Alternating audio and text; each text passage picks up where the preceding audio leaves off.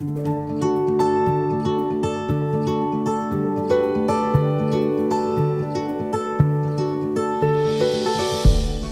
product innovation, of course, is a continuous cycle of improvement in the product. To identify one particular innovation, I would have to say currently it is related to the connectivity of the system. PM1 has long been a system that is well connected with integration points across multiple different technologies, partners and customers. But we want to go further than that and generate entire ecosystems of technology, data and service connectivity around the PM1 core system. And so it's really about expanding the API, the integration, the technical capabilities to allow this ecosystem to grow and blossom around particularly the platforms that we are offering on the market today.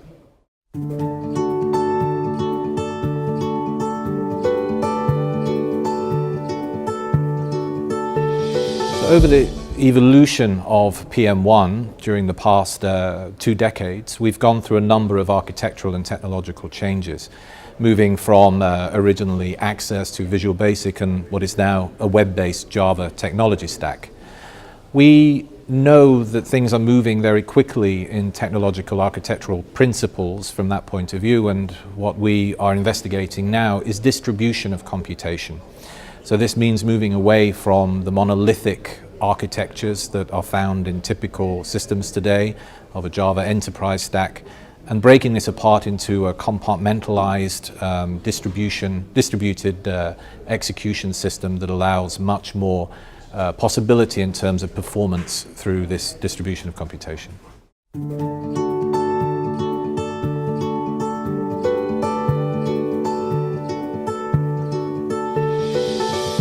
So all of our customers, and in particular the large and significant customers, have a key account manager assigned, or an account manager assigned to look after their association and their relationship with Expersoft. And it's through this account manager that we of course capture and process all of the information and input that clients may have regarding PM1.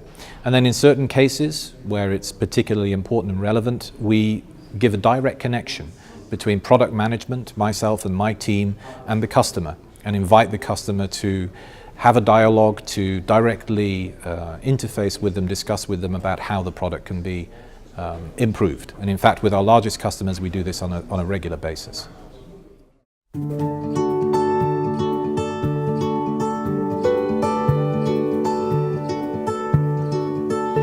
We have many customers, in fact, at this point around 600 customers. So of course, as the product evolves over time, we need to consider the sometimes competing and sometimes coordinated interests of our various different customers across the whole community.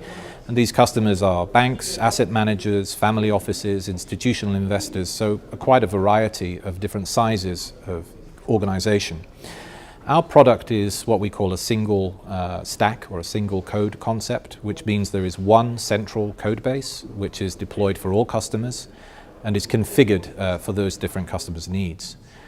So in the end, we are able to satisfy virtually all of the needs of all of our customers together by ensuring that the system can be configured for the particular needs that they need, or the particular needs that they have.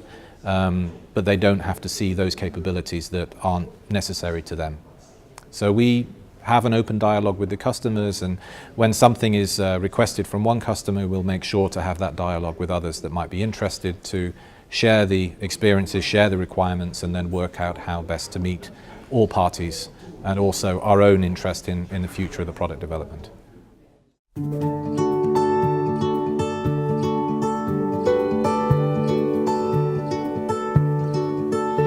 So RoboAdvisory is a topic that's been quite present in the financial world now for the last 5+ years. The principal idea is that it can either replace or augment the capabilities of a relationship manager or a client advisor, particularly to access new markets such as mass affluent, so those without millions to invest, but perhaps rather tens or hundreds of thousands.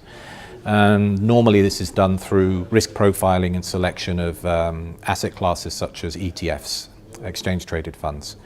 What we want to do is go further than this. We want to bring in some software intelligence to go beyond the simulation capabilities inside the main PM1 product and bring this out to a level of financial planning that's accessible directly by the client, so the client can construct and build with their advisor within the bank or the asset manager new concepts and new ideas about portfolio construction. So multiple different types of asset class, perhaps including more complex assets such as derivatives or private equity, rather than purely based on relatively simplistic ETFs.